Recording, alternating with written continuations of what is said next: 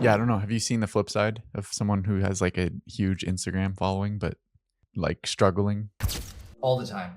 Yeah, especially now more so than ever, because I don't think it's social media anymore. I think it's media. And so what I mean by this statement is that social media used to be a place where, at least when I first got into it, you said what'd you say, 24, 24. maybe? So I'm 37, I'm old as hell. And so when I first got into it, it was like you're just your friends, right? And like those were the only people that you really connected with and engaged with. And when they posted or commented, it was just like your buddies that saw what you were doing. Now your followers actually don't matter at all, but like very little, anyways, if at all. And so for any of the massive followings that people have, it actually matters so little. Like a perfect example of this is the Haktuya girl. So she did like one post and got some millions and millions of people that saw it and then like engaged and then like wanted to buy her products. And so like that's how the internet works now, is that it used to be social media, social, like you were friends and you followed and you liked them. Now it's just media. Now it's just like the algorithms will literally just feed you whatever is popular and trending. So regardless of how many followers, again, it's a vanity metric thing now. Is like, does it kind of build trust with people subconsciously in the back of their brain? For sure, because people care about vanity things. But in the grand scheme of things, it actually doesn't matter at all. And so like that was actually a move I tried to initially do when I first started the business, was to look at other people who had large followings, but they had actually had no idea how to convert them into leads.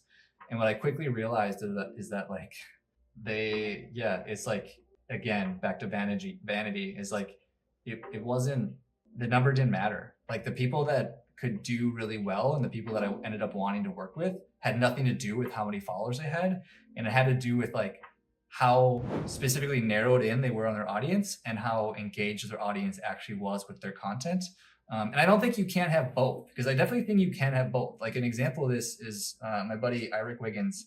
He owns his brand or tag name is Keto Snacks, I think it is, and he's been basically posting keto recipes and stuff on Instagram for a long time now. And he has, I don't even know what he's at now, like 3 million followers or some crazy thing like that.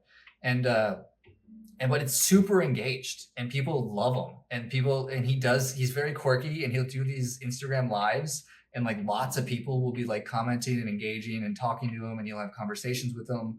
So I don't think it can't be both. It can definitely be both. I'm not saying it has to be one or the other, but I think it's just often we get too focused on just the number, not the actual like, do people even care about you, which I think is way more important. Yeah, it's funny with Instagram, like you could have however many followers and not even your posts don't even go out to those people. Like it's you're all at the mercy of the algorithm. Okay, let's change gears. Let's talk about like your health and fitness. So, how has that fit into your career and like how did that lead you to where you are? How do you think about health and fitness? Well, when did you start like prioritizing your health? So I was roughly 16 or 17, and I was in a relationship with a girl at the time. And it was a classic young, dumb, hormonal. You think this girl's going to be with you for the rest of your life. She broke up with me. And it spun me into the deepest, darkest depression that I've ever, to this day, been in my entire life.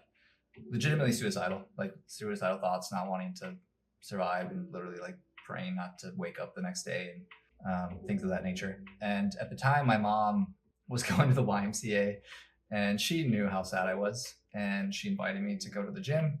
And when you're desperate and miserable, you'll do anything to feel better. And so went to the gym that day, classic bicep curls and probably bench press or some stupid thing, and went home horribly sore. But I remember leaving the gym that day just feeling a little better. A few days go by, and mom invites me again. She just sees them just continually be miserably sad. Sure, mom. Went to the gym, worked out, did some dumb stuff again, probably the same exercises because I didn't know what I was doing, and went home, felt a little bit better that day. Fast forward that for the next maybe couple weeks and months, and all of a sudden I realized I didn't want to. I wanted to wake up again the next day. Let's just say that. And to this day, I can tell you that deeply hardwired in my brain now is an association between health and happiness. Very deeply hardwired, because fitness at the end of the day was really what pulled me out of my depression. And so whether it's right or wrong, that's definitely hardwired in my brain. And that was the start of it, and it's legitimately been a part of my life ever since. So what is that, 20 years? So like, yeah, for the last 20 years, I've been slowly exercising and eating healthier, both of those realms, more and more ever since then. I can tell you now at 37, I'm by far in the best shape of my life. I just competed in High Rocks in Houston this last weekend and finally hit my goal time, which I was super excited about. And so, yeah, I would say that was where it started. It was when I was like 16 or 17 years old. And I've been kind of following that journey ever since. That's why I got into personal training. I went to school for kinesiology. I got into healthcare, and I continued still now to this day. Is like I literally work out every single day, 7 days a week. Sometimes, I mean, most days, I shouldn't say most, probably like 4 or 5 days a week is like kind of like 2 days. I'm kind of a psychopath. Don't get me wrong. I've definitely like built up to this point.